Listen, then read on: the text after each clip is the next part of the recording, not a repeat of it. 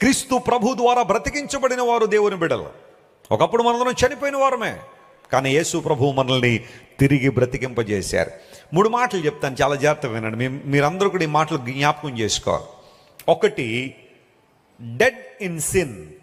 అందరూ చెప్పగలరా? కొంతమంది చెప్పలేకపోయినా మ్యాక్సిమం ట్రై చేయండి. డెడ్ ఇన్ సిన్, పాపములో చనిపోవడం. మనందరం ఒకప్పుడు పాపాలలో ఏమైపోయాం చెప్పండి? చనిపోయిన వాళ్ళం. రకరకాల పాప జీవితంలో చనిపోయిన, మృతమైపోయిన మనందరం కూడా డెడ్ ఇన్ సిన్. రెండవది, డెడ్ ఫర్ సిన్. చెప్పండి గట్టిగా, డెడ్ ఫర్ సిన్ అంటే పాపుల కొరకు చనిపోవుట. ఆ పని చేసింది ఎవరు? యేసయ్య చేశారు.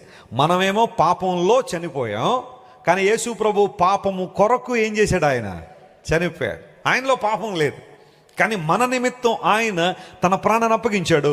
దాన్ని డెడ్ ఫర్ సిన్ అంటారు. 3వ మాట చాలా ఇంపార్టెంట్, చాలా ప్రాముఖ్యమైన మాట. 3వది ఏంటంటే డెడ్ టు సిన్. అందరూ చెప్పండి, dead in sin, dead for sin and dead in sin అంటే పాపమునకు చనిపోవడం.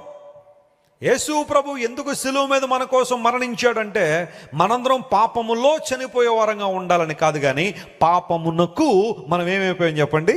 చనిపోయాం. పాపానికి చనిపోవడం అంటే అర్థం ఏంటో తెలుసా? పాపానికి స్పందించమని అర్థం. ఒక తప్పుడు కార్యానికి, ఒక చెడుతనానికి, ఒక అపవిత్రమైన కార్యానికి దేవుని బిడ్డలు స్పందించకూడదు, అది దాని అర్థం. అంటే ఇప్పుడు ఒక వ్యక్తి చనిపోయి ఉన్నాడు అనుకోండి, దగ్గరికి వెళ్ళి కోకోకోలా తాగుతావా అన్నాం అనుకోండి, మాట్లాడతాడా? కోకోకోలా అక్కర్లేదు, ఎందుకంటే చచ్చిపోయాడు, స్పందించడు. మా నాన్నగారికి కోడికూర అంటే బాగా ఇష్టం అండి, కొంచెం తింటాడేమో, పెట్టండి అంటే తింటాడా? No, he will not respond. దేనికి స్పందించడు. డాడీ నీకు ఈ కార్యక్రమం అంటే బాగా ఇష్టం కదా, ఫోన్లో పెడతాను, కాసేపు చూడు డాడీ అంటే చూస్తాడా? చూడు, ఎందుకంటే ఏమైపోయాడు. ఈ విషయాన్ని దృష్టిలో పెట్టుకోండి. క్రైస్తవుడు అంటే పాపమునకు ఏమైపోయిన వాడు? చనిపోయాడు. కాబట్టి పాప కార్యాలకు ఒక చనిపోయిన వ్యక్తి ఏ విధంగా అయితే స్పందించడో, మనం కూడా పాపానికి ఏమవ్వట్లేదు, స్పందించట్లేదు. నువ్వు స్పందిస్తున్నావు అంటే అర్థం ఏంటంటే నువ్వు ఇంకా పాపానికి ఏమవ్వలేదన్నమాట, చచ్చిపోలేదు. ఎవరో వస్తాడు, అరే ఓ మూవీ వచ్చిందిరా, థియేటర్లన్నీ బద్దలాసిపోతున్నాయి,